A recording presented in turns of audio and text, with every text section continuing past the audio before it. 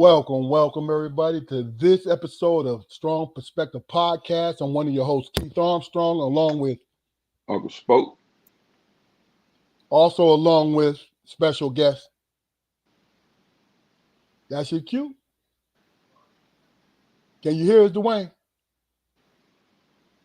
We're here with Dwaine Upperman. I don't know. Can you hear us at all, brother? I don't think so. Did you become unplugged? Hold on. There you go. Hold on 1 second. Well, anyway, man, we're going to wait for the technical difficulties to get out of the way, but this is Strong Perspective Podcast. You know what we do. You know how we've been doing for the last 2 years, going strong and being perfect at what we do. We promote conversation. We're here with Mr.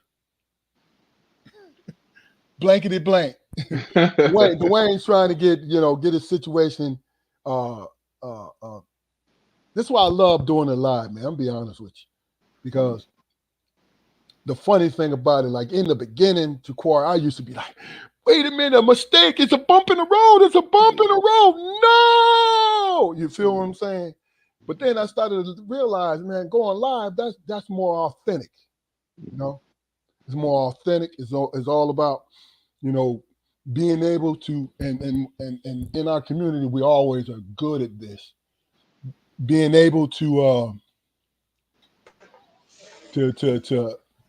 juggle things and react the way we react. Dwaine, are we ready today, brother? Are you ready right now? Yes. All right, I'm ready. introduce yourself, brother. Welcome. My name is Dwaine Upperman. Okay. I live here in Raleigh, North Carolina. I'm originally from Brooklyn, New York, but I grew up here in the South in North Carolina. Okay. I'm Welcome, brother. Well, auto welcome technician. to our situation, man. You know what I'm saying? Thank We're easy you. on into this because look, you're a people person. That's one of the reasons why I asked you to come on. You know what I mean? So I think this is gonna be like a little walk in the park for you. You know what I mean? We'll have some fun with it. Hopefully.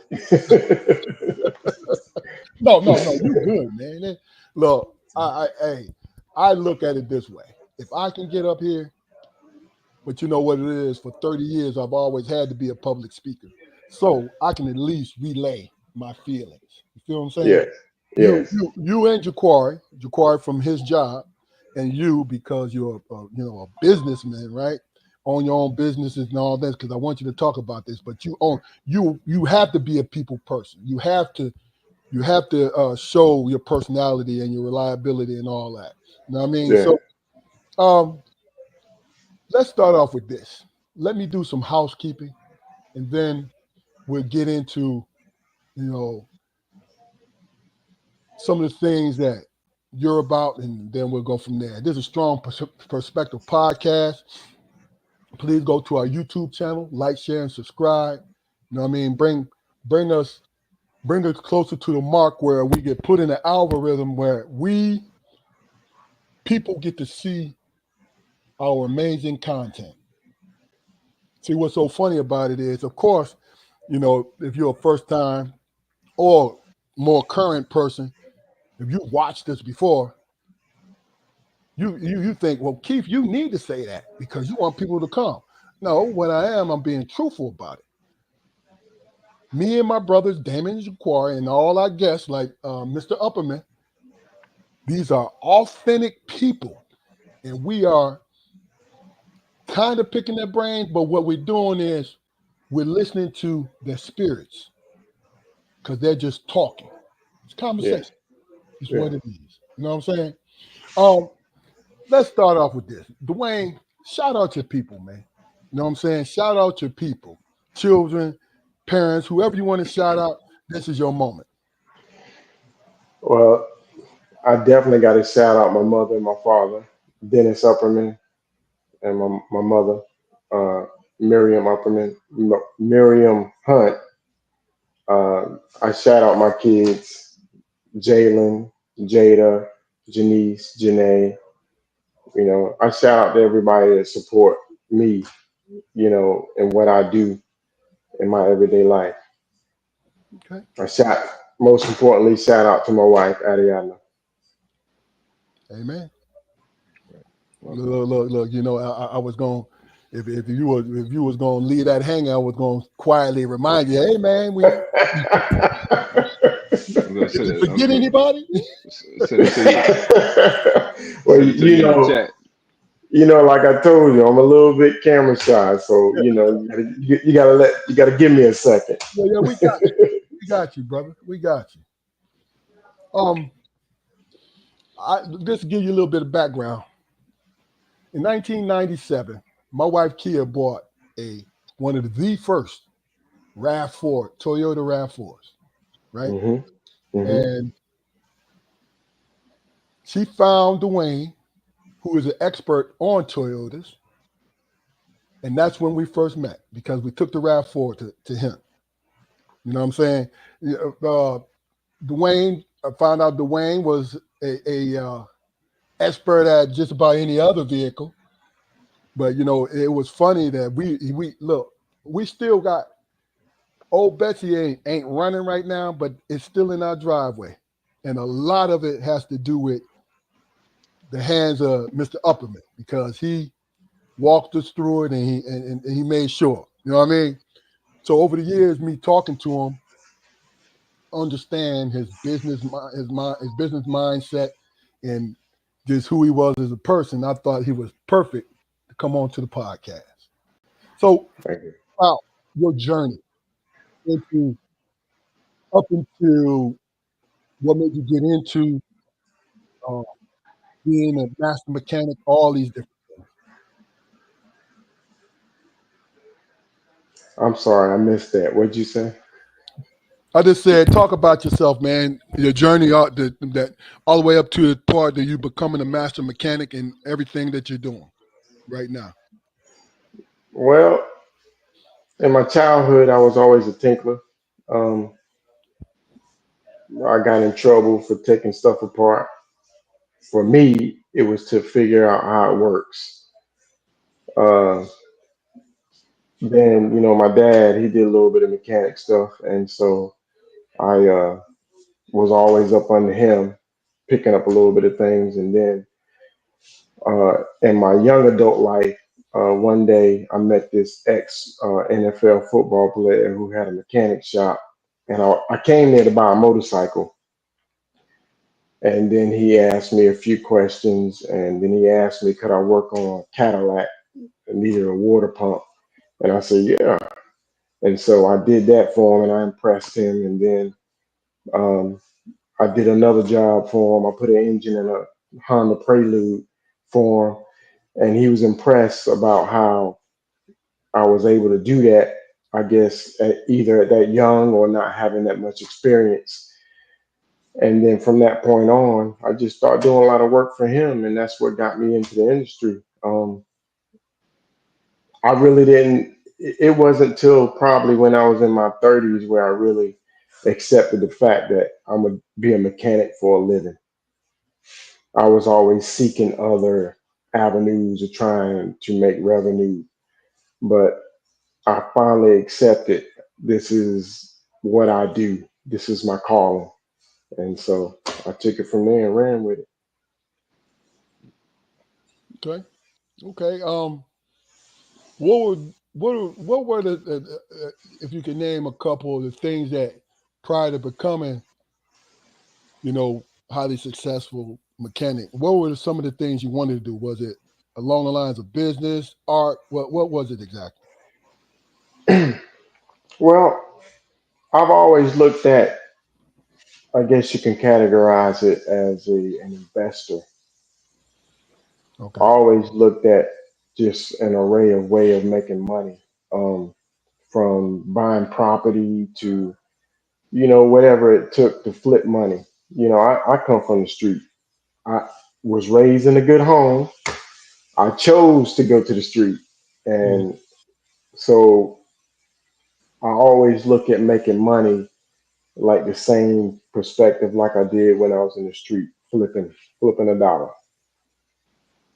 Okay. And so for some reason I was gravitated to being like an investor, Okay. and that's what I wanted to do. But the reality of it is you got to find some way of generating income to have money to flip it, to do it like that. And when I started having my family, I made that decision to not be in the street, to not make that kind of money. And, I really feel that the ability that I have now is God given. And, I made a promise to God I'll never go back to the street and try to make money. Okay. And so I I got more than I need or want doing what I do now. Yeah, look, I think that's a great thing. You know, I really and truly understand over the years you and I we spoke. You know what I mean? Yeah, And we talked about just about everything, and then I knew you were reliable, no matter what. I yeah, mean, it may have been with the vehicles, but just your overall energy, even if it had something to do with something else, hmm, you your energy let me know that you are dependable and you are a master of what you do. You know what I mean? yeah, Um, I I know that you went into rent a car situation. Did you want yeah. to talk about that? What brought you there? Are you still doing so, or do you want to go back to it? What you want to do? Well, of course, by me finally accepting the fact that I'm gonna be a mechanic for the rest of my life, I'm a hustler, and so I always look for other avenues to generate more income. And I'm I'm always online, and I ran across a few guys on YouTube about Turo, and so I purchased one. I purchased my first car, and I put it on the Turo app, and that car generated me 1,200, $1,500 a month. And then, make a long story short, I end up doing 6 or 7 cars on the Turo app, and also working as a mechanic. And it was just another avenue to create more money, more Hmm. income, coming in.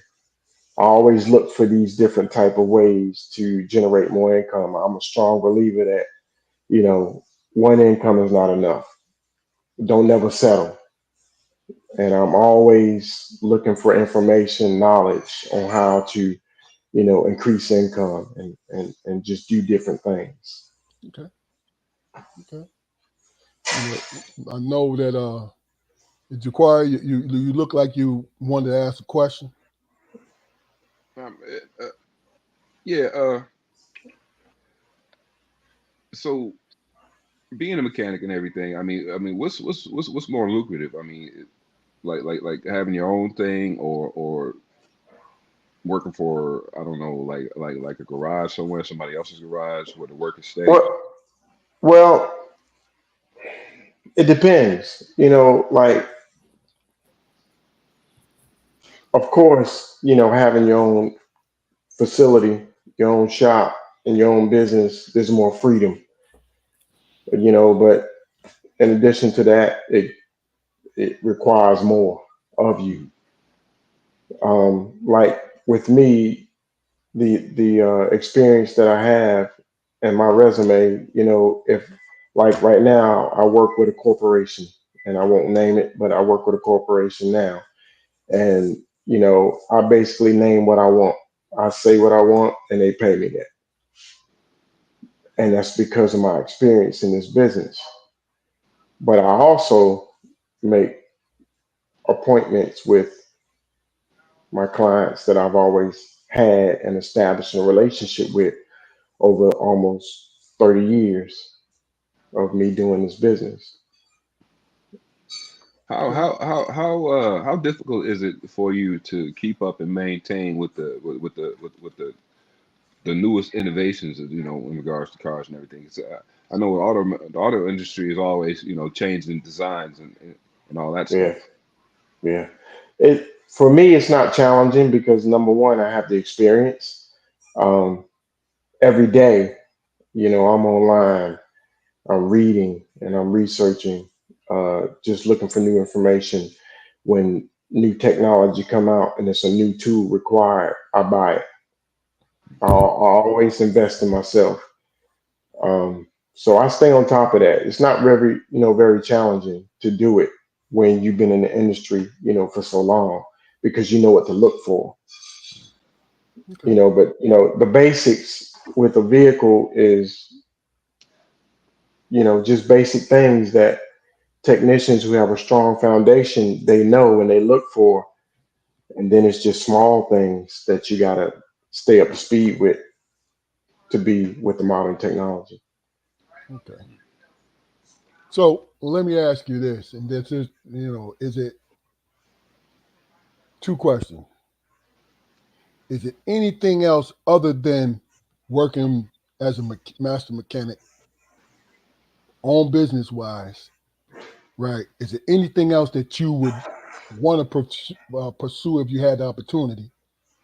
And the second thing is, if your children, if they're not interested in it now, if they were to become interested in doing so, following your path, would you encourage it? What would, what do you think? Okay, so the first question, my passion and my dream is always to be an investor. You know, Okay, let me stop you there because you said that earlier. Can you elaborate it into it, or is it a secret? And just got to wait and see what exactly what you mean by investor? Invest in other businesses or what? investor basically falls back to what I know, flipping money. Okay, And so at an investor level versus a street level, you become so established to where you're using the bank money to make money. okay, okay, So that's always been a passion and a vision for me. And plus, it also puts me in a position to where I can help others, I can employ others, I can create other avenues of what I'm doing to employ people to fulfill these obligations that I need, delegating these things out to these people. okay, Two, I always treat, for the second question, I always teach my kids to increase their knowledge and to do something different because at the end of the day, being a mechanic, that's manual labor. And I always teach my kids to work smarter, not harder. gotcha. Okay, So, whether you're going to college, you're going to a junior college, or whatever the case may be, increase your knowledge hmm to learn to work smarter, not harder. Don't be the person where you got to figure out how to change that tire on the side of the street. Make that money and increase that knowledge to where you can pay somebody to change that tire. I didn't teach my kids how to change a tire because gotcha, I wanted them to be smarter. gotcha, gotcha. It's funny that you mentioned that working smarter and not harder, man, because generationally, man, our generation of black males or whatever, man, I think we put a lot of stock in working hard. Yeah, absolutely. We put a Absolutely. lot of stock in working hard, and for a long time, man, it's people speak with people put like a stigma on working smarter, Yeah. but that's life. That's the way life goes, man. Yeah, That's Yeah, that's Yeah. that's that's what you're supposed to do. You're not supposed to Yeah. use your back for your whole life. and it, No. and it You has to kill be yourself trying to do that. it has to be an in between. You see what I'm saying? You can't shun one for the other. I think. No. No, no, no. You got to put in hard work, but you got to be a thinker. Yeah. You have to Prog- increase your knowledge. it's progression, yes, sir. Yeah. Yes, yes. Okay. Let's just ramp this up just a little bit. Okay. I saw something. Uh, we were speaking on President Obama earlier, and I'm not sure if we're gonna go there right now. But the one thing that he said to me, I heard him say. not to me, but I heard him saying this podcast. He said that you have to feel like you could be in any room. I think one of his interviewers said this. You have to feel like you the type of human being that can be in any room and have any conversation. Exactly. So tell me, we'll start with you, Ja'Cory. Tell me what you think about that and what that means to you. I think he's absolutely right, man. I mean, what it means to me, man, is just being relaxed and confident enough at the same time to go in and sell yourself.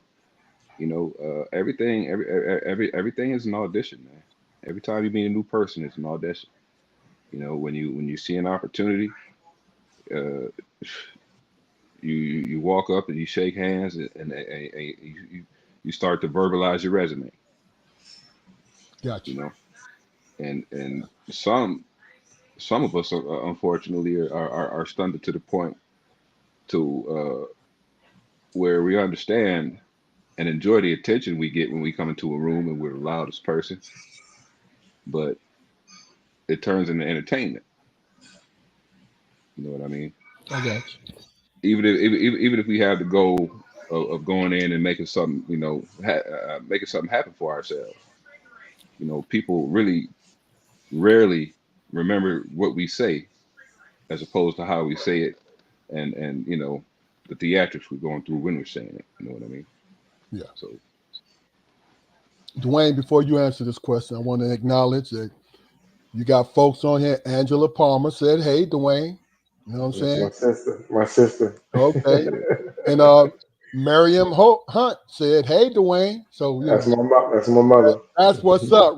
yeah, Represent, represent. yeah, Yeah, I yeah. remember that. So that's why that's why I talk like a sailor because I remember you said his name. So Yeah, I'm yeah. I'm I'm, I'm being real selective with my words now. No, no, no. My family, they're real. So you say I what you want to understand. say. I Yeah. understand, but And so the question is to you, Dwayne. Um, like I said, the person said that you should. How does it feel to? What do you think about the fact that a person needs to feel comfortable to go into every room that he can go into and feel comfortable about it, and what you think? I think that's very important. That's something that I always strive to improve myself. And that's why I always seek different information, different knowledge. Um,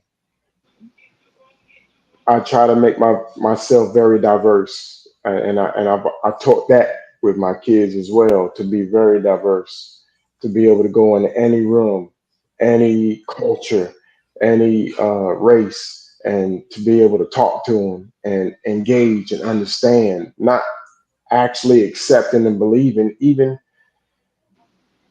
as today with homosexuality, just being able to listen to them, talk to them, and engage with them without giving them a crazy look and talk and understand, but not actually accepting it. You, Uh, you gotta be smart to deal with an array of people. I understand that. I understand that. I mean, because everybody have their preference, and everybody, you're putting up the effort to do so. But go ahead and finish. That was basically it. Okay, okay. Uh, okay. In my let, work, in my yeah, go work ahead, life, Jaquan.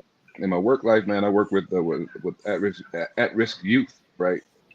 Right. And you when you're dealing with young black men nowadays, like I said, they enjoy the attention, be it Yeah. positive or negative. And for some reason I see or can't, I have seen other black men in specific situations try to uh, curtail that or sometimes even break it. But what both parties fail to realize is the fact that in regards to public speaking and putting yourself out there and presentation, that's half the battle. Yeah. You got a kid that's having uh, uh, uh, a bout of being a class clown or whatever.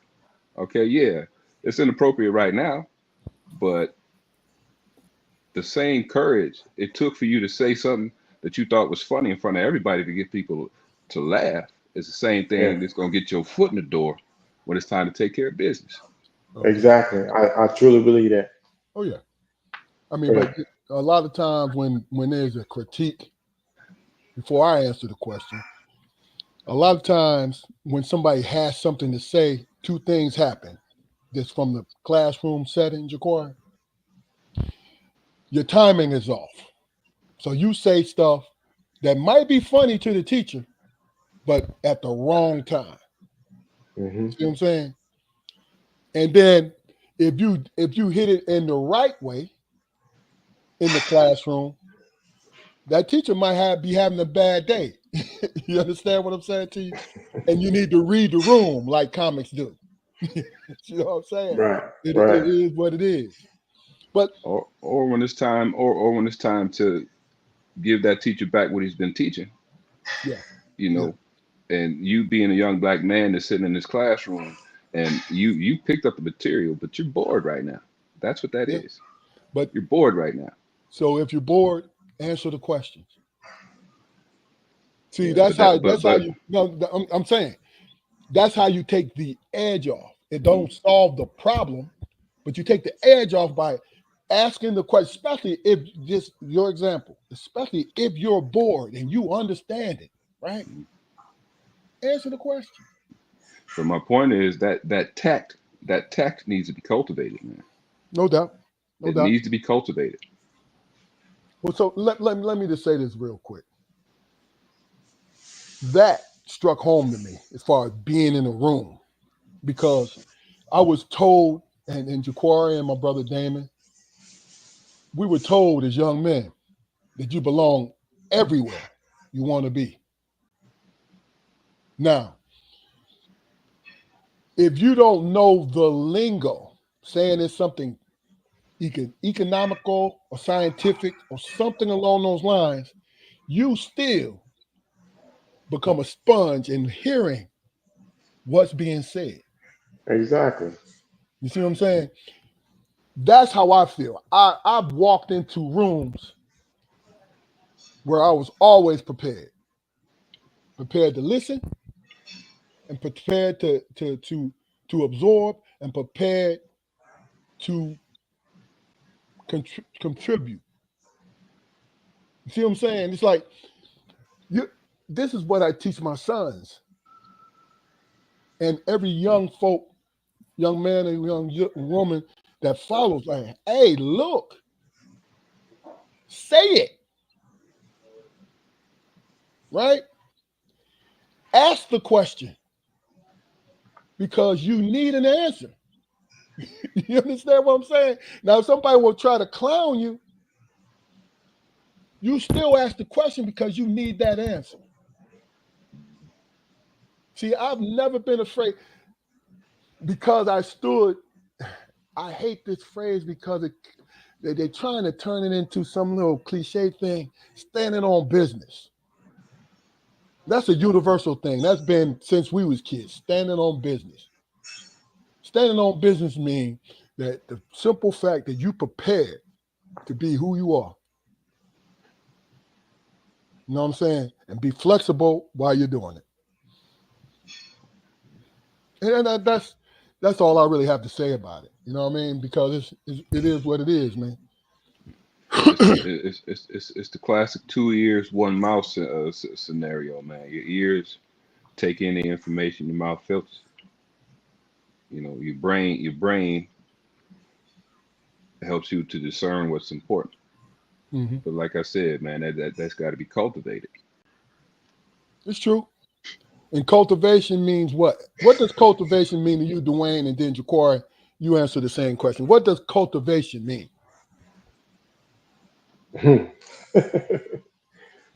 uh,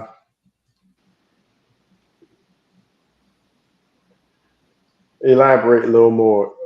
Okay, Jaquari used it as cultivation as far as, and this is what I picked up from as Development. far as encouraging and giving them the confidence to go. You know what I mean? So that's why I was asking, what do you think encouragement and in cultivation mean? As much as we try to teach encouragement, it can't be taught. Common sense can't be taught. We can only tell people things to let them know what's right. But it's something that just has to register in some people's heads Yeah, as to know how to do things or what to say. okay, okay. Jaquari. Yeah, cultivation.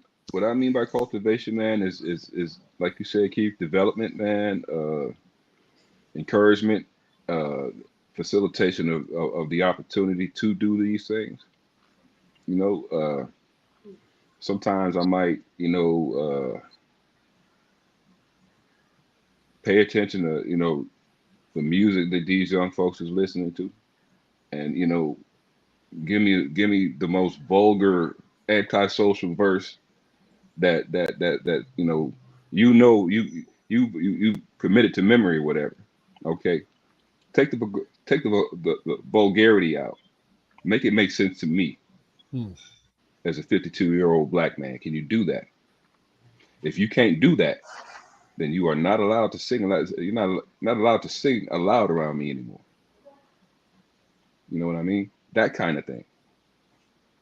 Show But you, me. I'm sorry. Go ahead. but the young people think different. Yeah, But they said the same thing about us, Dwayne. yeah. That's what I I mean by. know. Again, I trust me. I know because I'm a music head, Yeah, so I yeah. know.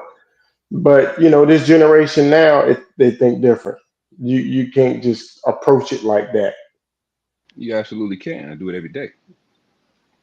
Anything that you relate to, I related to it 50 years ago. I mean, Break it Yeah, down to break you it know, down to me. Break it down it's to me. Help all me understand it. it's all the same thing. It becomes a cycle. But dealing with this generation to say exactly what you just said, versus you being a 50-something-year-old man, make it make sense to you. What they say today will never make sense to you. Maybe it won't. So now the role has turned. It's not that they got to make it make sense to you. You got to understand what they're saying today to make it make sense to you so that you can deal with this generation. I mean, I get what you're saying, but you know, once once they start the attempt, then my job is done. It doesn't have to make sense to me. I don't need to understand it because they're a captive audience, so they're gonna hear me. But once I put them into the mindset of thinking, what other word? And I'm sorry, I'm apologize to you, Bob. But when they hear the word motherfucker in a song, what other word can you use in place of that word to make it make sense? Uh, And it takes work. right, It takes right. work. uh, And that's just teaching people how to increase the vocabulary so they don't have to use those type of words. we'll see that's the point he's trying to make because Right. here's what I. This is one thing about it because you got to think about it. Within our age group, I just turned 60. Within our age group, from the youngest of us who's on here now to me, right? We had a taste of everything from pro black radical to R&B, that all of that, all those different things, right? And then you know, no disparagement on them, Glorilla, you know what I'm saying, and the the Atlanta dudes who what they rapping about, all of that, right?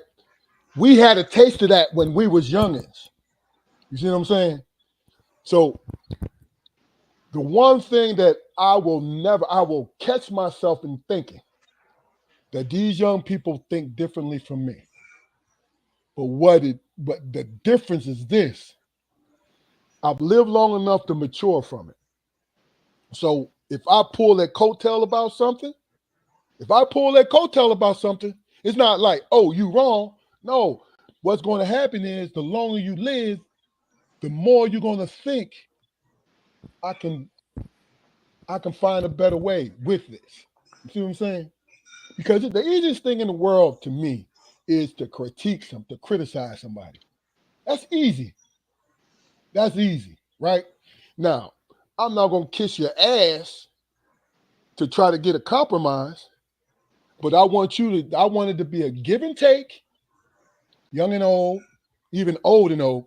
Give me a give and take where we'll get closer to the middle. We don't need to touch, but understand what I'm saying, and I understand what you're saying. You feel what I'm saying? It can be that's the art of conversation.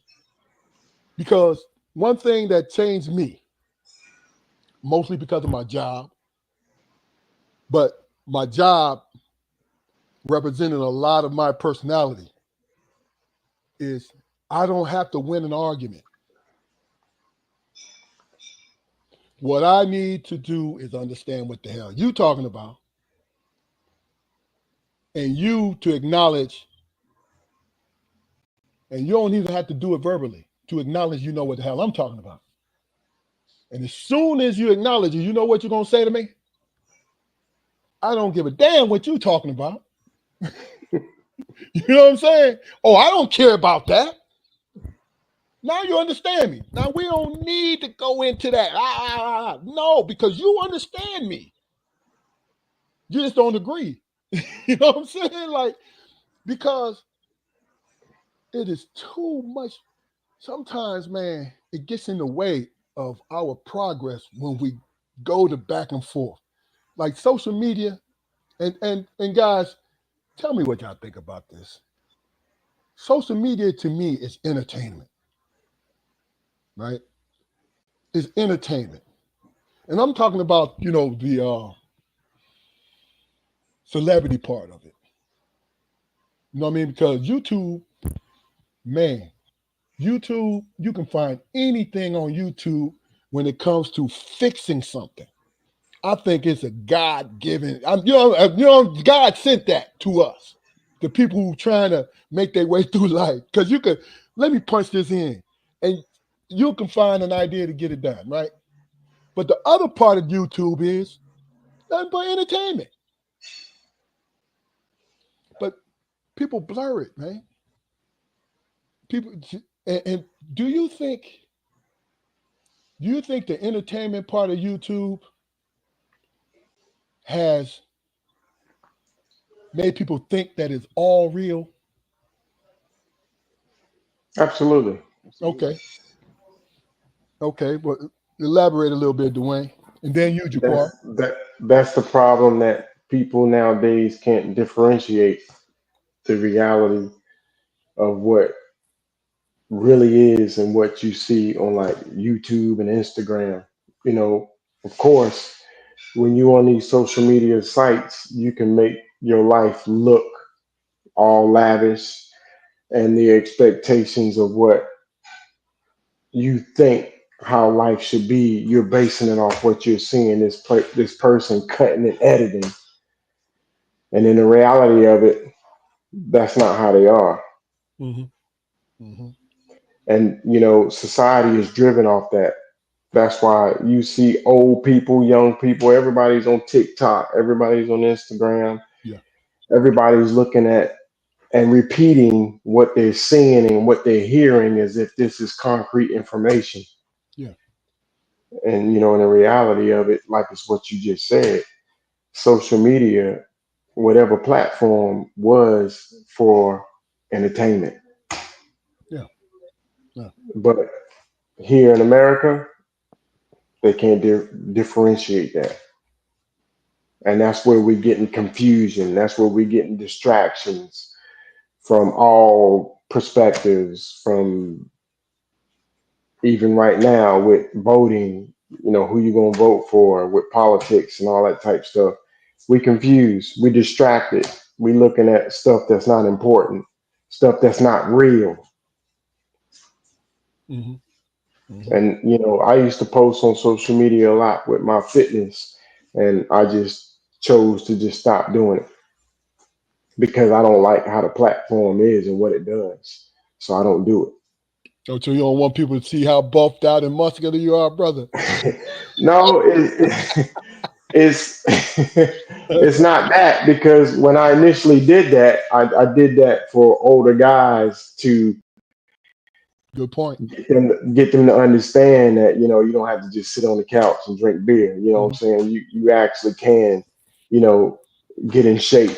Get your body right and be healthy.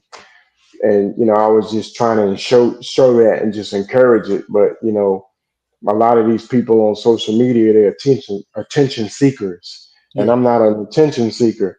And so when I started seeing that kind of like and then when I did train people, people didn't take it serious because they was looking for that instant gratitude to where they thought they could be like me or be like what they see on Instagram fast. Hmm. Hmm. And so I lost interest in that, and I didn't want to be categorized as a attention seeker, Gotcha. and so that just pushed me away from doing that.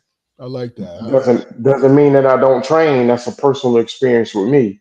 Now, people that know me outside of social media, when they call me or they text me and they ask questions, I'm very informational. I tell them, do this, do that, to help them along their journey. Hmm.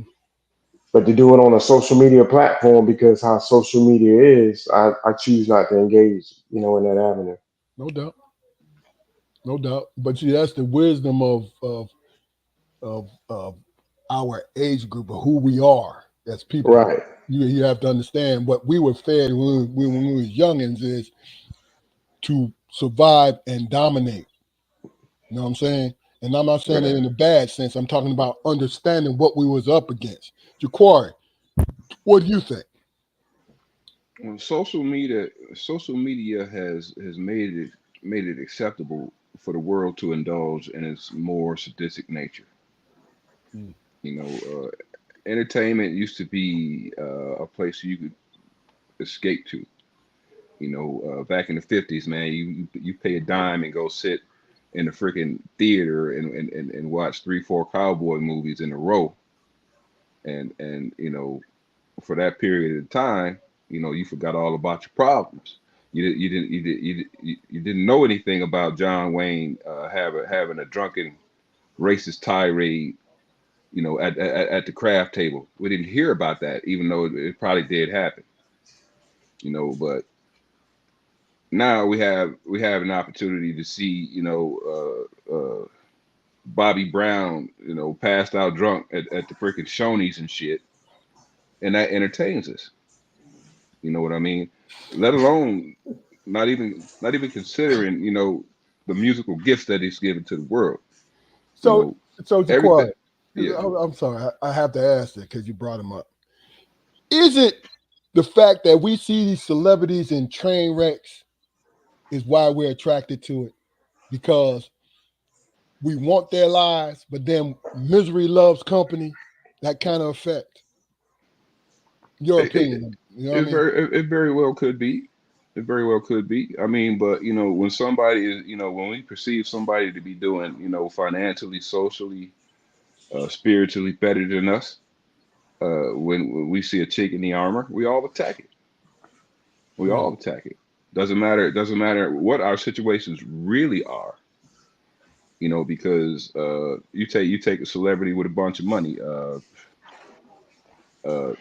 Eddie Murphy. Take Eddie Murphy. Eddie Murphy can't go to the Walmart. No. The difference is, we don't have Eddie Murphy's money to spend, but we have the freedom, freedom of movement to go and do what we please without his level of public scrutiny. Gotcha. You know what I mean? Entertainment is totally lost this aspect of escapism, man. Totally lost it, and that was the point in the first place. I That's don't care exactly what the nothing. point was. I don't like somebody I'm entertained by, man. Somebody I perceive to be a hero, man. I don't want to see their flaws. I mean, but that's just me. I don't care. I got my own shit I got to deal with. Yeah. Well, this generation, they look for that. They want to see the conflict. They want to see the problems. That's entertainment now. Mm, That's why you have these reality shows. That's entertainment. yeah. Do you guys see it as being hateful, looking for that? Because I tell you, I say this.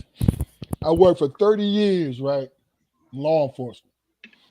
In my last 10 years, when YouTube was really growing and becoming what it's going to become, and before they put, the little violence stipulations on YouTube, I'm at work as a law enforcement officer, right? And I'm on a YouTube channel looking at fights. I mean, like on my way home, I'm looking at actual fights. What World Star? Y'all remember World Star? You know what I mean? And people was getting Mhm. paid off of recording these fights.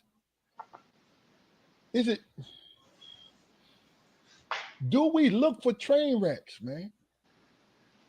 Yeah, And absolutely do. and if we do, why do we look for train wrecks? I don't want to see nobody get knocked out. This is why I stopped doing it. Because I've seen enough of it in real life. You know what I'm talking about?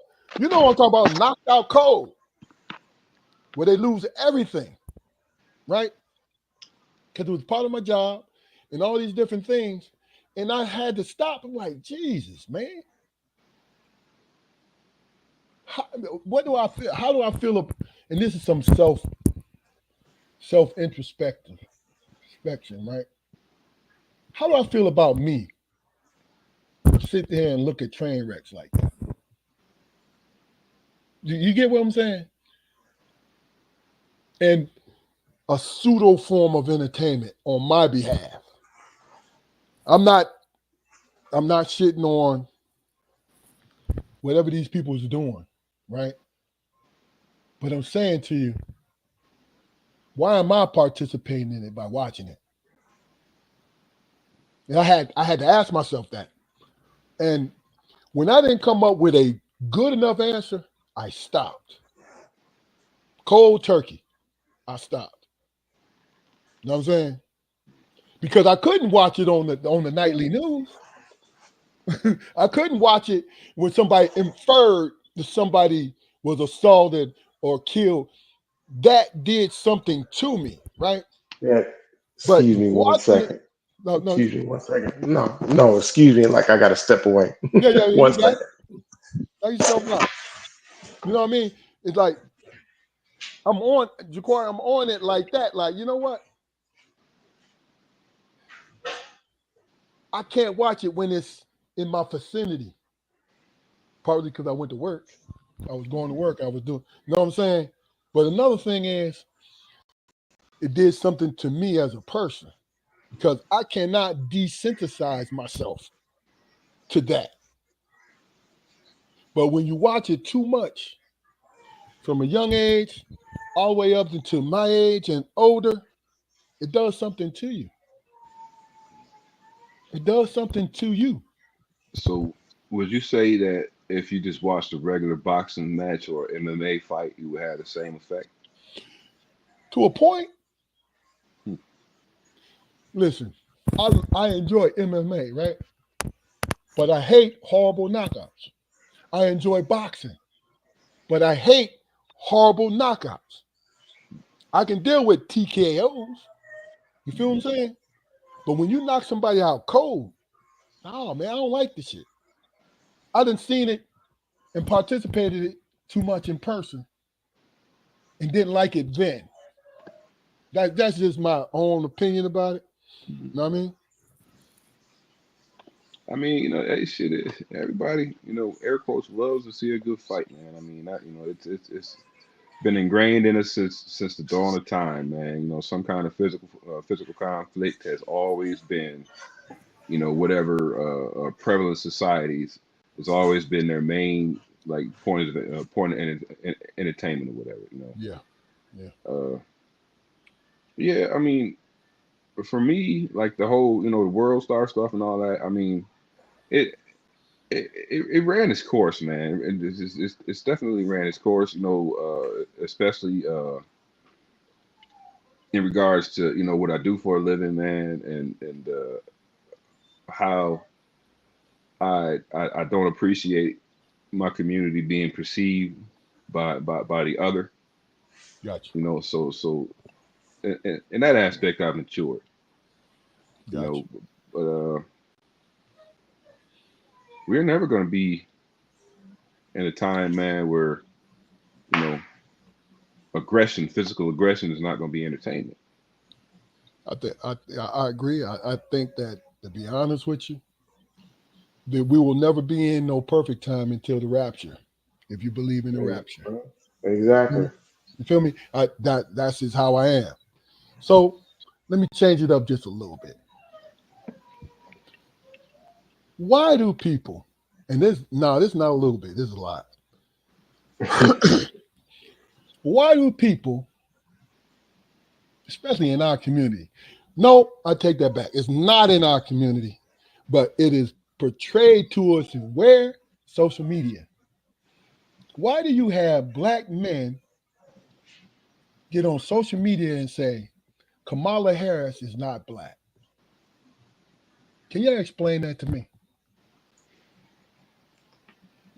And Well, I'm well, no, no, hold on, hold on. Let me. I'm gonna let it marinate for a second, Dwayne. First and foremost, if you know somebody from Jamaica, right, naturally born Jamaican, and he marries a Chinese woman, and they have babies, what do you consider their children? well, Do in the black community, we're gonna consider the child black. okay. Now, with that being said, go ahead, Dwayne. I didn't mean to cut you off, but go ahead. So, what is Camilla's nationality? She is Indian and Jamaican. Okay, Her so father is Jamaican. right, so she half Indian and half black.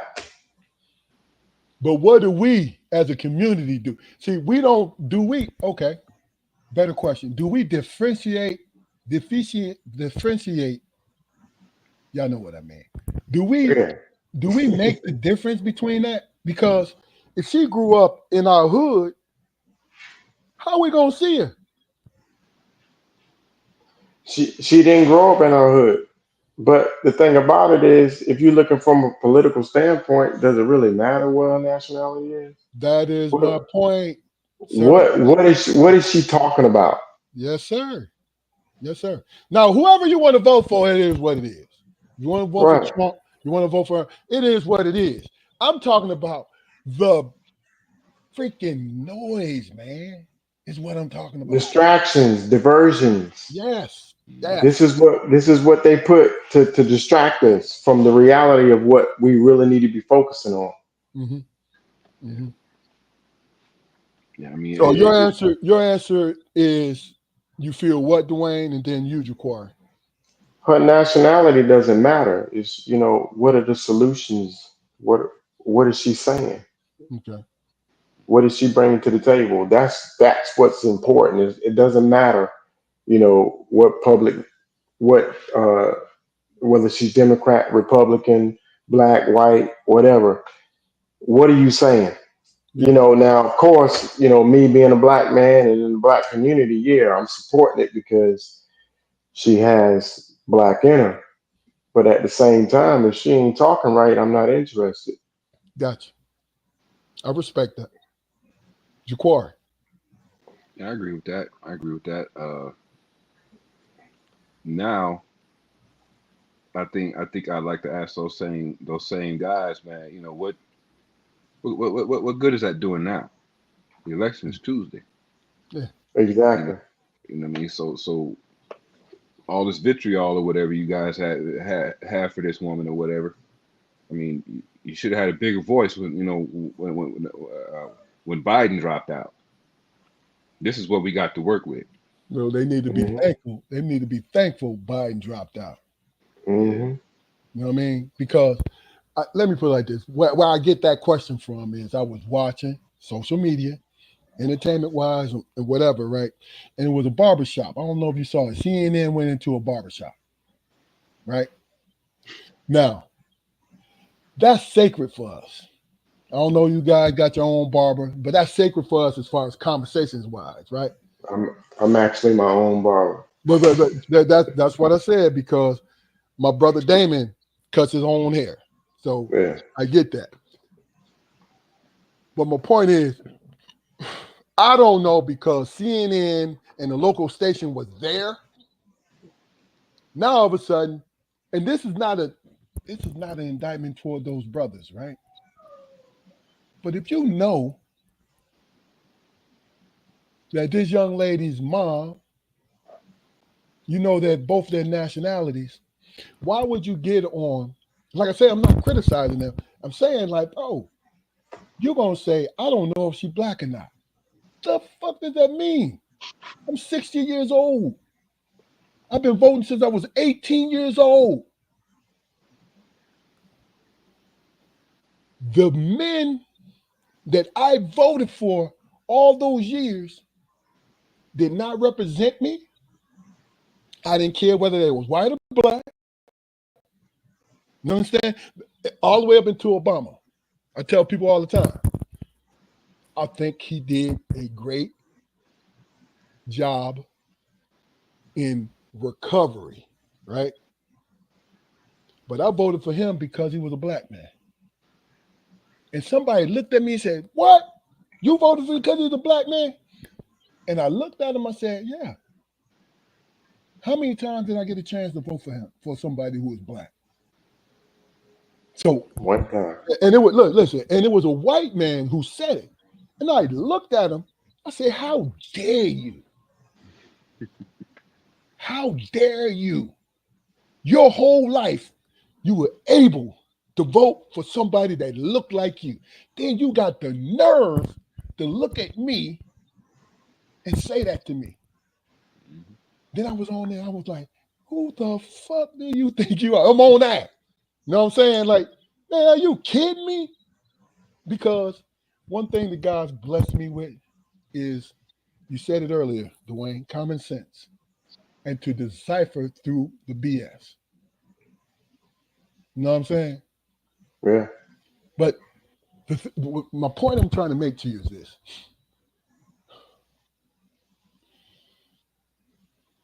I think sometimes I just think that Trump was a plant, right? He was an actual plant for the Democrats because Trump said all the wrong stuff. He said the most hateful, horrible things, right? That anybody could say. And when we was growing up, would make people drop out of the race. Even if it was white people voting for him, they would have to drop out of the race, right? But what Trump became was an avatar for hate, for hateful people. For hateful people. He is saying the stuff that their frustration and everything that they want to say. Now, because look, and it is not like an indictment against him, but my observation. People love Trump. Black people who like Trump, right? They like him because they saw him with all our black celebrities before he ran for president. He was the only white face amongst all those black men and women. So they saying that he's familiar to us. Even though people telling us he was a slumlord, he didn't rent the black people, all these different things. Like, you know, his daughter-in-law gets on and say, hey man, shit, no, he's done a lot for black people. Right? But the thing about it is, you don't have to put us in that hateful of the Spanish community or hateful of the Muslim community for me to think if you go after them like that, you're not going to exclude us. You're just not saying it out loud because you're used to us because we helped you make money in its casinos and different places like that. We made you legitimate. These stars made you the boxing, made you legitimate. So of course he ain't gonna like his buddies. He's not gonna talk obviously against them. But if you're talking obviously against people that kind of look like me, you know what I'm saying? When you talk about Haiti eating dogs and cats, no, I'm gonna give it back to you guys because He said Puerto Rico was a pile of trash. yeah, yeah. So if he feels like he was a plant, man. He says all the wrong things, and people still support him. So I don't get it. I don't get it. But They it's not. support him. Go ahead. Really, I'm sorry. I'm sorry. Go ahead. No, go ahead. They support him because he in the American eye is a successful businessman. I got you. That's Is one he? reason. And then when he did have the position of presidency, they made it appear as if he was the one that sent out money to everybody, when in actuality that's not true. It's not. And so us as black people, and I don't try to belittle us, but I'm gonna keep it 100. We look for handouts. We look for free stuff, I think it's and conditioning. But go ahead. and there's a lot of black people that are like that, and so they looking at, well, Trump, he gonna make America great again. He's gonna give us money. And in actuality, everything that he's setting up, from health care to tax breaks, it does not benefit people like you and I. I got you. By no means it doesn't benefit us, but you have the black people in our community who are not millionaires but thousandaires, who think that they are at that level, and they voting for Trump when these things that he's trying to implement is not going to take care of them, and they don't understand that because they're not reading between the lines. And he always talk about he's for the people. He's for the Yeah, people who have money. no, Oh man, yeah, he's he for the elite, man. That's what it He's is. for that. That's exactly right. That elite is a very small percentage, and It is. it doesn't include us. They don't. They don't. No. Now let me just say this, and Corey, I want you to chime in. Understand something. I understand that in the '60s we were not Democrats. We voted mostly for the Republican Party. You understand what I'm saying to you? That's what we did as a community. All the way up until that point, we voted Republican, right? But then the Civil Rights Bill, Andrew Johnson, not Andrew, but Johnson, uh, the Civil Rights Bill, all those heavily racist Democratic senators flipped to Republican in the '60s.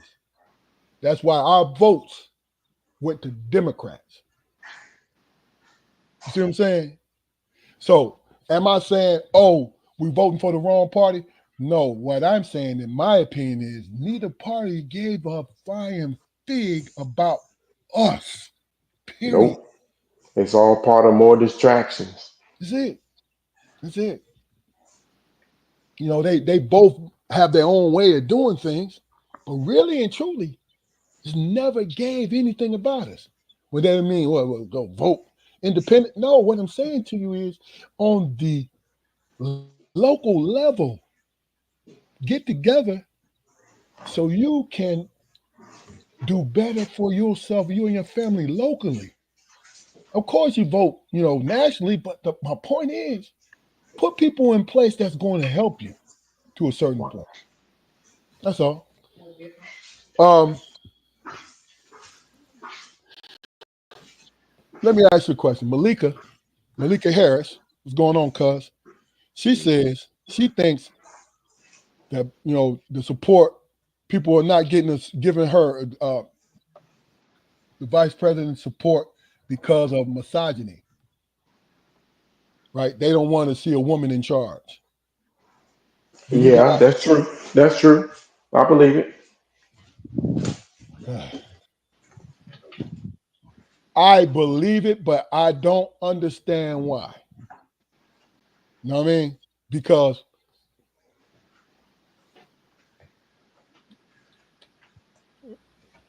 You said Malika said we vote for the party that aligns with our values. None of these parties align with our values, sis.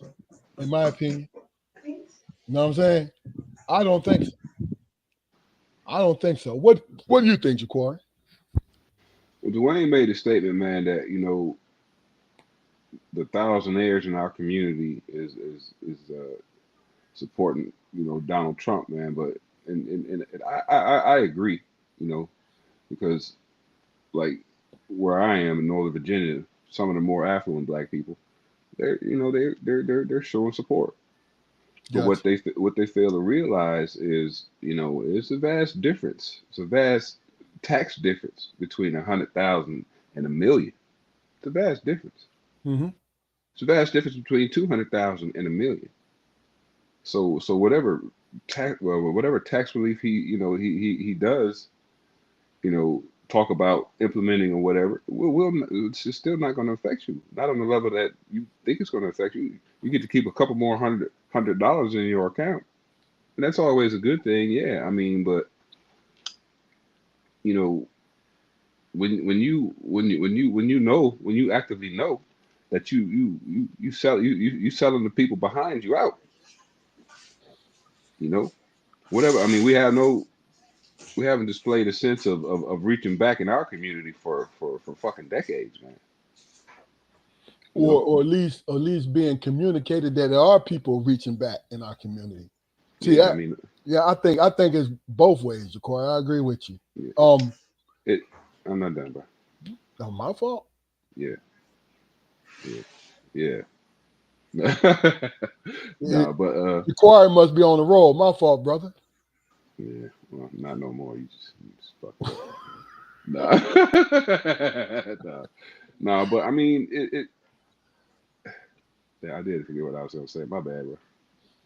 Mm-hmm. Go ahead, man.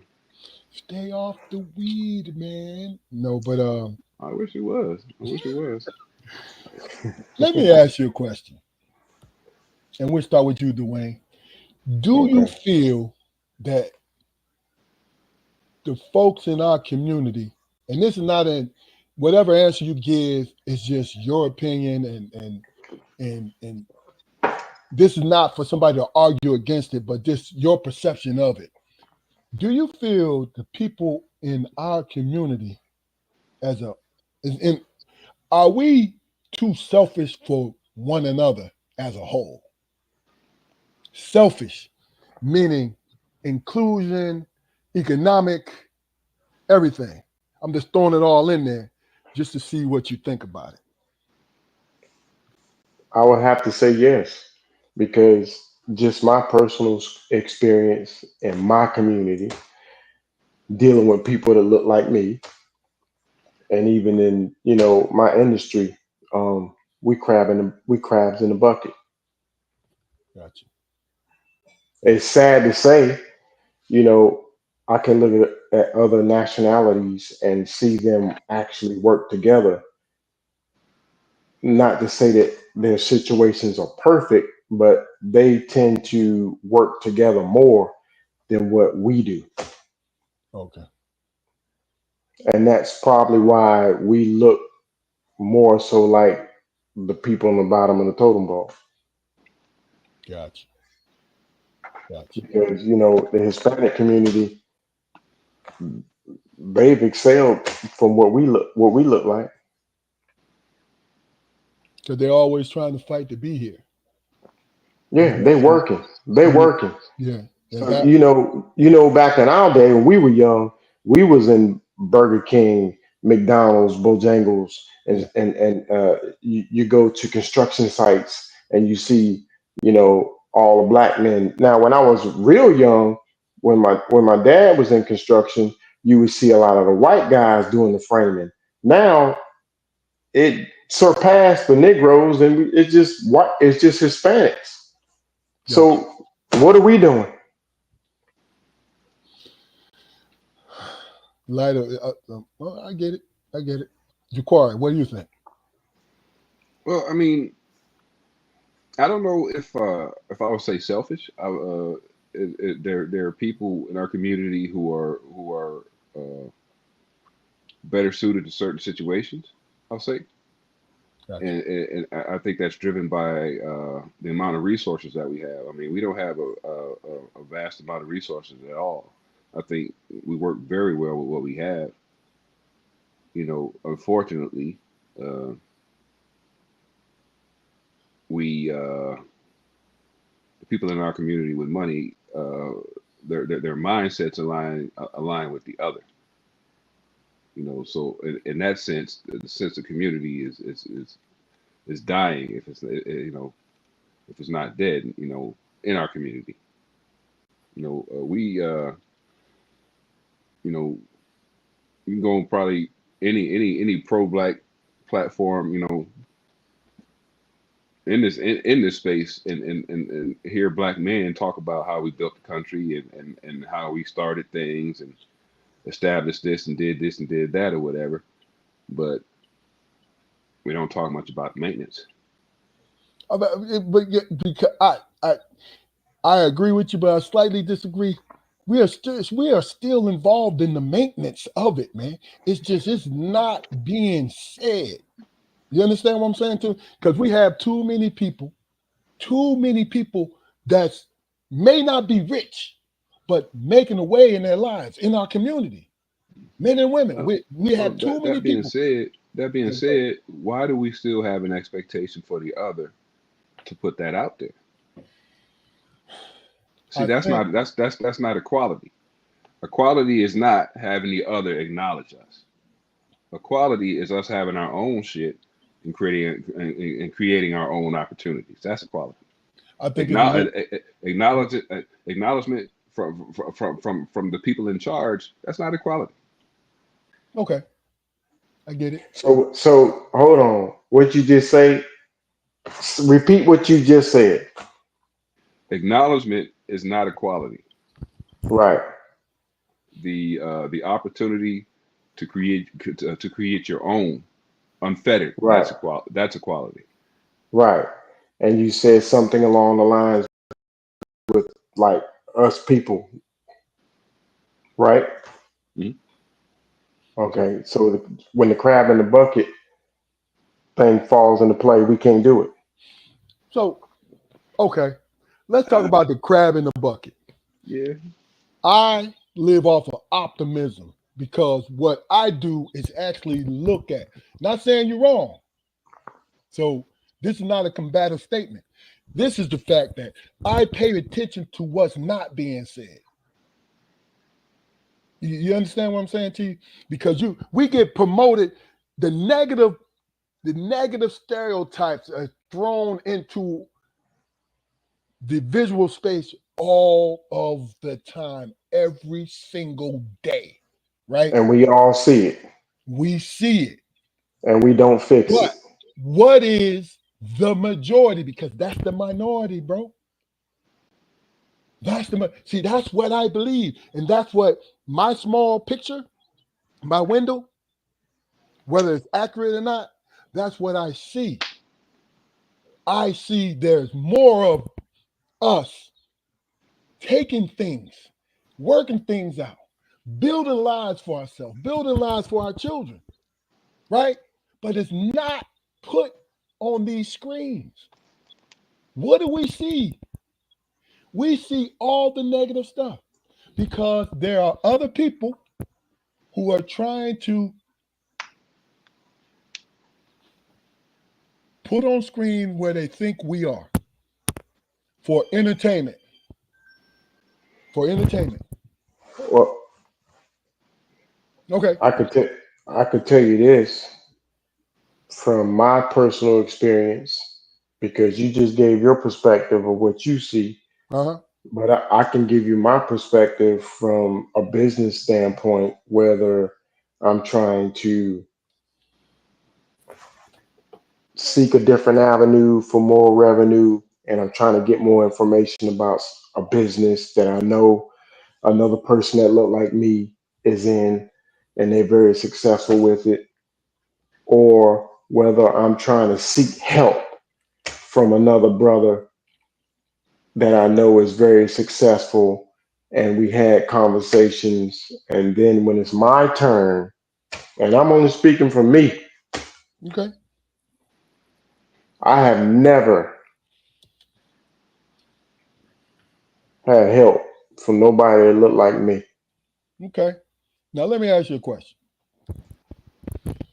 If And you I, have, and, I, and and, and I can tell you this: if you ever look for support in business, it ain't the black community. but And that's sad to say, but I'm just telling you. okay, I'm okay, 30. I'm 30 years and doing my own thing, and I'm telling you, yeah. But see, if Dwayne, you rely on the black community, you will fail. We don't support each other. It's I, just res- I facts. We respect, don't. I respect what you're saying. See, here's the thing. This is your experience, so I can't refute that. And you're being honest and true about it. You feel what I'm saying? So I'm saying to you is this: I see you compared to me, not comparing, but just my personal experience with you as Yeah, being successful. Right now, you have your version of how to be successful, right? But me personally, when it comes to business, and I think you can speak on it more than me, but when it comes to business, I don't look. First of all, business, in my opinion, make you greedy. You want to make all the money, right? Your character is the thing that determines whether or not you help somebody else. It's your character, who you are. You know what I'm saying? Now, should I say that no black man has never helped me? I can say this: I never looked for no black man or no white man to help me. absolutely. Now, I'm looking at your strength. You have your opinion. I'm looking at your strength. Pay attention to how people look at you, because let me tell you something. Jaquari will tell you what I thought about you before you met Jaquari, what I thought about you. You see what I'm saying? Because I understand what you have had to go through and still go through. You know what I mean? That's all. And I wanted to say that because, look, since 1990, I'm going to say 98, I've known you since then. Yes, You feel what I'm saying? yes, yes. And we have met each other for one reason. I knew that you were the best person to do the job. Understand that there's people out here who don't give a shit about us, right? On the individual. Understand that. But the fact that you inspire people from who the fuck you are, that is a great thing. You feel me? It Yeah, ain't disputing what you're going through. No, because you're going through this journey. Feel me? But I had to put that out there to you, this person. You know what I mean? yeah, It's like my yeah. brother Quarry. My brother Quarry has one of the greatest characters in the human being and one of the greatest work ethics I've ever met in a person. And I admire that. You see what I'm saying? It's like, this is how I see people. And I laugh because, when you have a friend, you have a friend who will tell you why he didn't help somebody. And I look at them and laugh at them like, what the hell is you talking about? Because that's a selfish thing. That's why I said character earlier. hmm hmm You It's know, that character. Go ahead, Jaquar. I'd be very interested to know, and I'm quite sure that these entities exist, but I'd be very interested to know exactly who. Well, I'll put it like this: if I could figure out a way to start a business on how to sell to black people. I mean, Oh how much money do we control in our community? man, How no? How much money go out of our community? Exactly, exactly. I mean, man. there's a formula. I mean, you Dwayne being a salesman, and I'm quite sure you've used it over your whole career, man. It's a certain way, Yes. it's a certain way you got to pitch to black people. That's Yeah. good. Being black, Being black, yeah, being black. Yes, yeah. I mean, yes. and maybe if we use that a little more, man, more dollars will stay at home. You Do know what you I mean? think? Do you think, Hey, Dwayne? we hey look, and I'm gonna throw this out there. We got to get that Willie Lynch letter out to black people mind. Of course. Okay, so That was that genius, man. listen, that goes along It to was what it I'm was saying too. genius. I ain't gonna That lie. goes along with this next question, Dwayne. Why, when it comes to the phrase "crabs in the bucket," why does that resonate in our community so much, in your opinion? Well, one key thing is what I stated just now, Willie Lynch. Even the slave master back then in them days saw what black people was doing. Mm-hmm. How you think we got on the boat? This ain't nothing new. Gotcha. Look, man. For me, in my opinion, man, it's almost biblical, man, because Jesus was black, right? Yeah.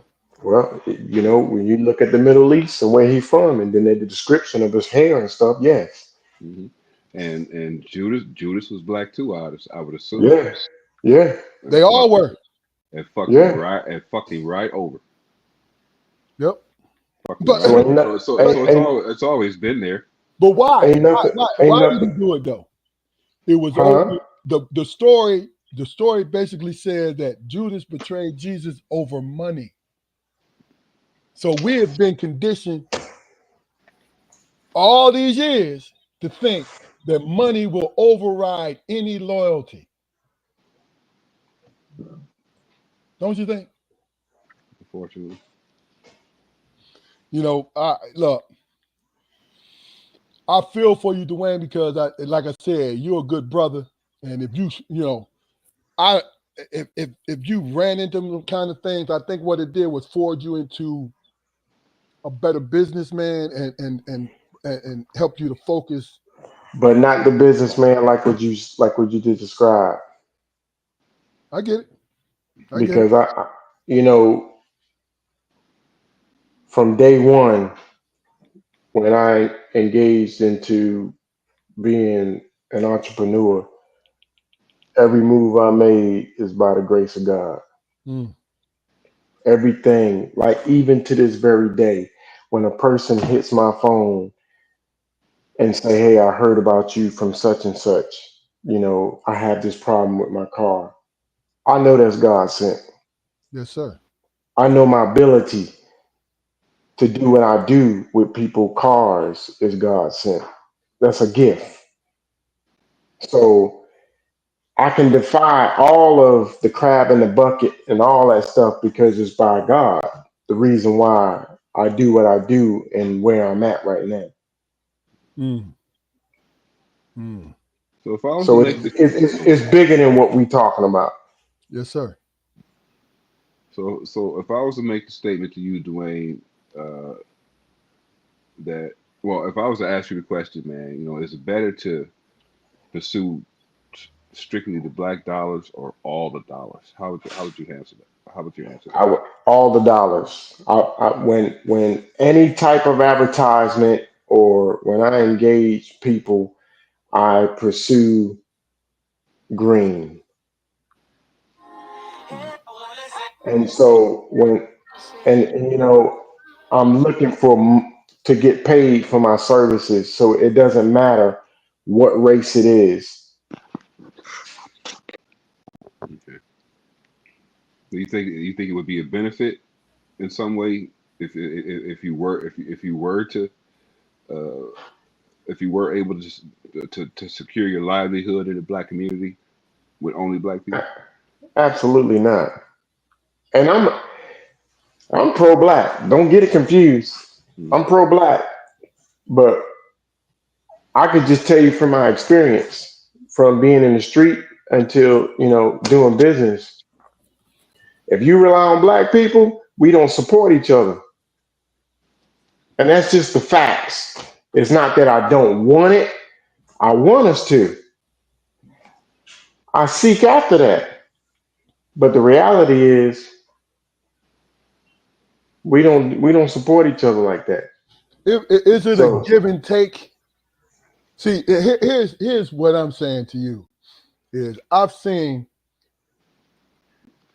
when I go to a black-owned business, because I always, ever since I was on my own, I would support that. You see what I'm saying? And when they said, well, look, this is how much I'm charging, I look at my bank account, make sure it's there. I say, cool, let's get it done. Right?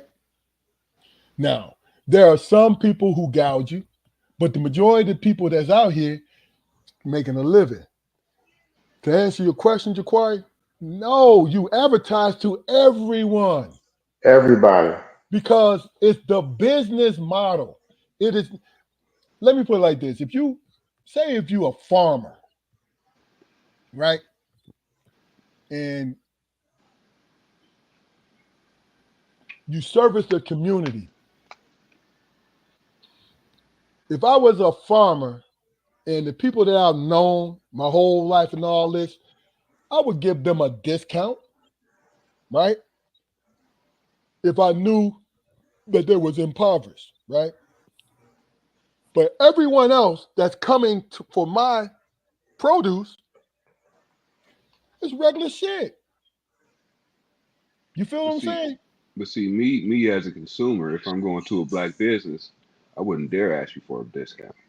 And that's I'm always not. bothered me. Yeah, I'm not and gonna that's go. you. I'm not gonna go in.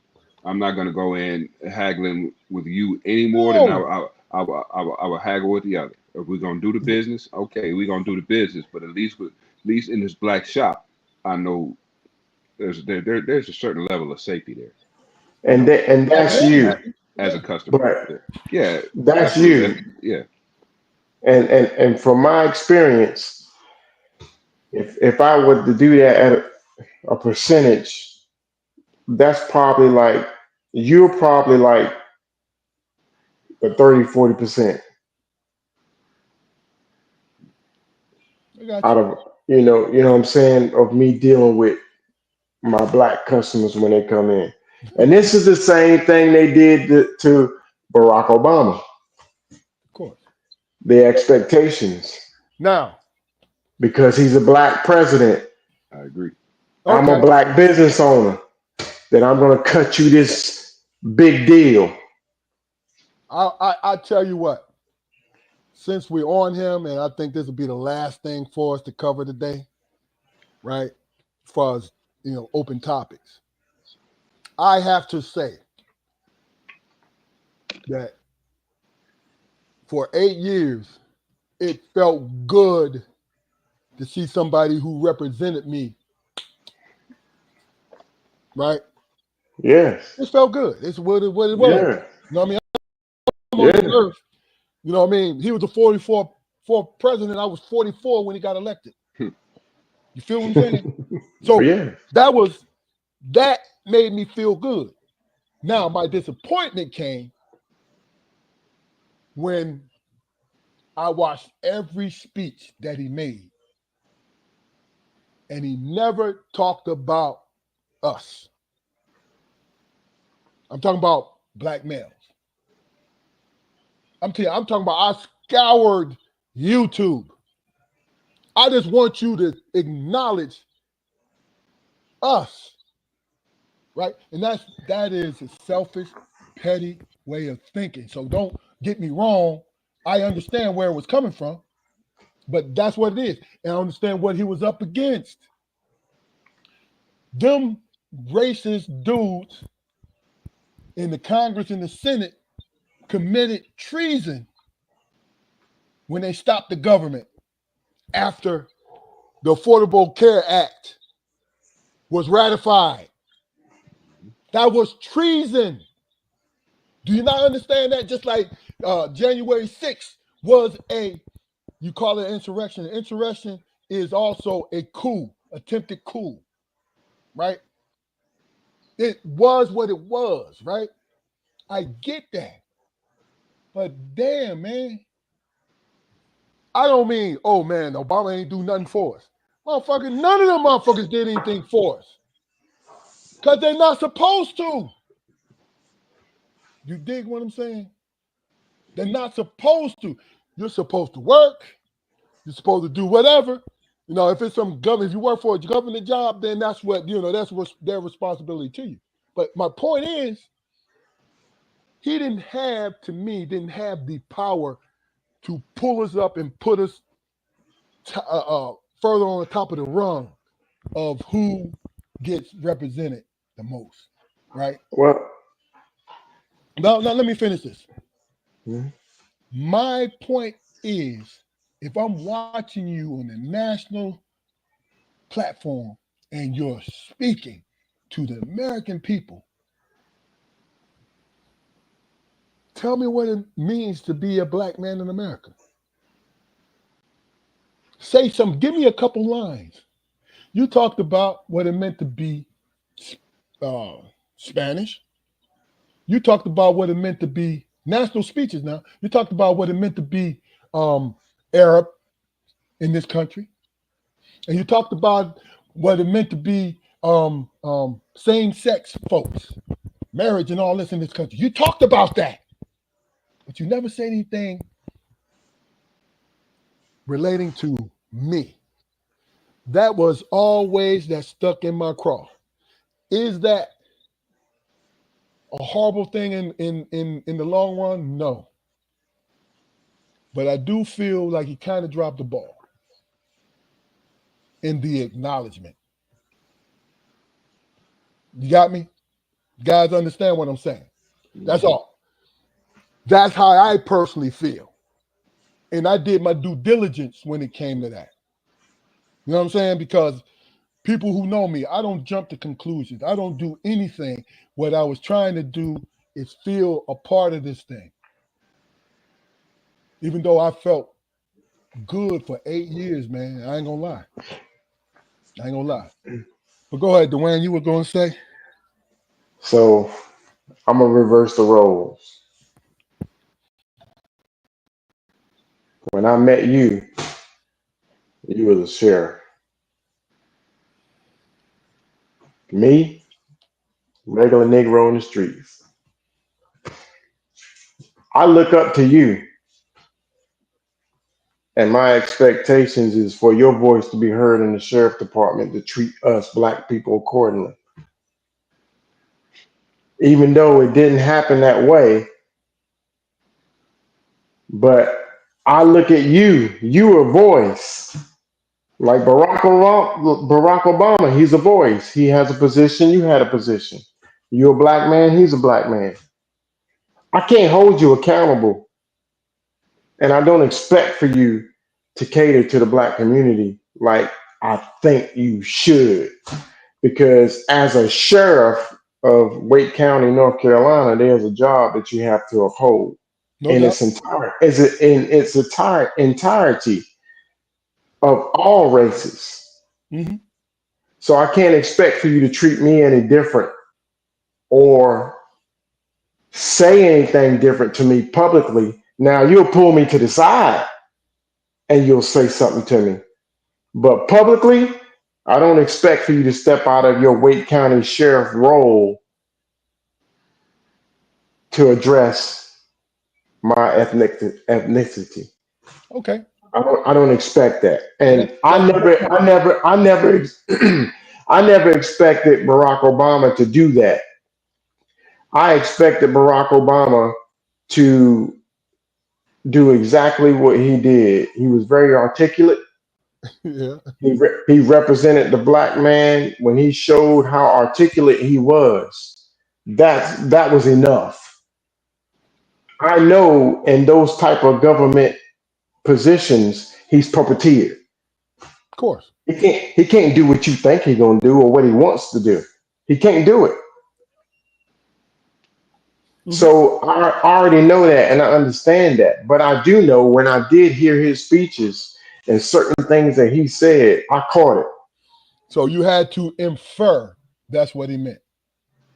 Infer, assume, or infer? Yeah, Which one you saying? both.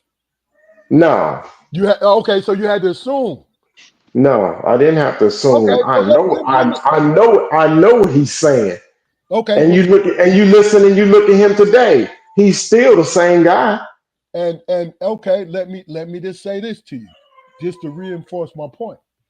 I saw him recently on a podcast, and he was speaking candidly. It's the first time I ever really saw him in that setting, right? And I wasn't going to watch it, right? But then I'm a sensible human being. I understand that I could be wrong about a lot of shit, right? And this is not what he said, did not acknowledge that I was right, but what he said, just like what you just said, Dwayne, he said, this is verbatim. I am the president, pretty much, I am the president of the United States. I had many issues I had to discuss. I had to address. But if I didn't get around to addressing that specific issue, is because I was more focused on the whole.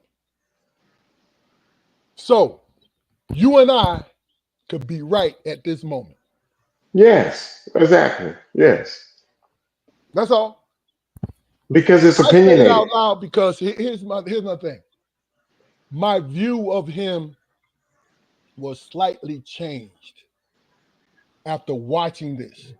Because what he did was, and this is my pettiness, semi apologize like, yo, you brothers, I know y'all wanted me to say something, but I had other shit that I had to deal with. You see what I'm saying? Yeah, So I was good. Cause see, you understand, y'all heard me say it before. Man, I loved those 8 years. I loved them. absolutely. I wish he would have cussed a couple people out without cursing. Hey, there's a lot of things we wish he would have done. Yeah. But that's my point. Jaquari, go ahead, brother. Well, first of all, man, I think if he was bold enough to address exclusively black men during his 2 terms or whatever, uh, Donald Trump would have came and and for the sake of what he thought probably would have been damage control, he would have came and just fucked it all up. Came and just destroyed and probably would just He did. just pissed all over everything He if did. Barack Obama directly addressed black men. That's the Exactly. first. That's the first one. The second one is, man, where I think he dropped the ball was, he could have used uh, Cornell West, Tavis Smiley, two of his greatest African American critics. He could have used them as his avatars, and he did, but he didn't see that opportunity. He didn't. You know, He didn't. had he had the foresight to come up with a plan and send the message out to us through them or somebody like them, I don't think black men would have that opinion at all. I get it. I mean, a lot of it was some selfish stuff, man, on black men's part. What are you doing for us? You know what I mean? My, look, first of all, if you had common sense, you know, if he was trying to do universal health care for every American and Okay. they was going at his throat and telling him he was wrong and all, even though it was a Republican bill from the giddy up. Hmm. You see what I'm saying? Now, Malika, you said, did black men ask him for a specific thing to address? To answer your question, sis, let me ask you a question. Did black women ask him to address anything? Or did he include you in his speech? your strength, your everything that you're about, everything. Because he did that a couple times. You see what I'm saying? And the next thing she said, so what was it that we felt he needed addressed? I said I would have loved for him to mention us like he mentioned everybody else. That's all. But when I saw him, when it was a graduating class at a HBCU years ago, and I saw him, this is what put me on the path of this thing. And I saw him, he was the keynote speaker. And this man critiqued some of our best and brightest because they were graduating. He said nothing positive. All he said was, don't leave your woman without any children. Don't do this. I'm paraphrasing. Don't do this. Don't do that. I actually saw this. And I'm like, well, so you telling me that this is one of the greatest days of these 20-year-old men, and all you could do is chastise them? Like the other day, me and Jaquari and Damon were talking about him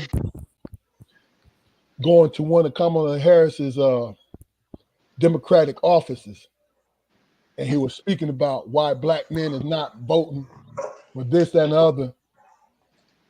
The media blew that shit up because I looked at it. I told Jaquari I was going to look at what he actually said.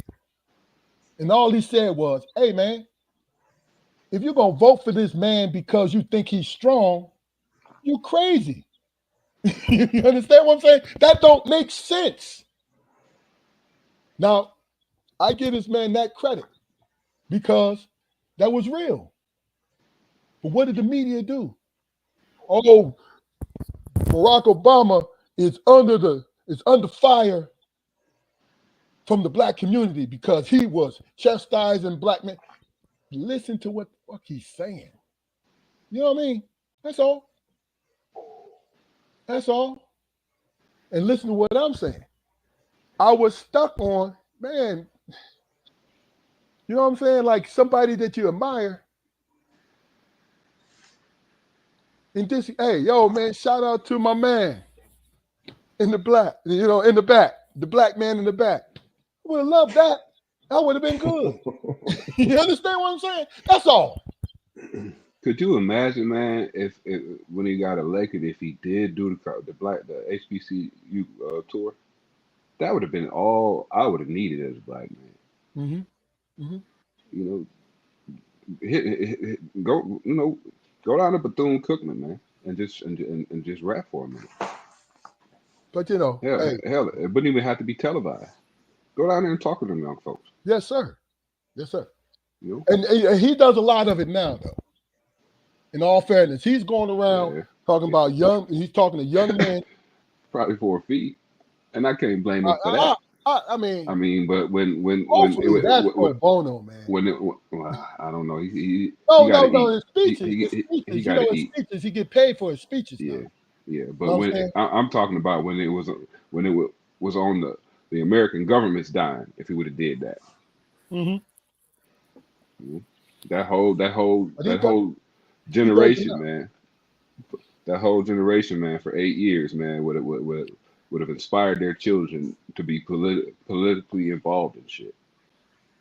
Yeah. So look, I loved the fact that I was there. You understand what I'm saying to you? It gives me goosebumps right now. I was there, the first.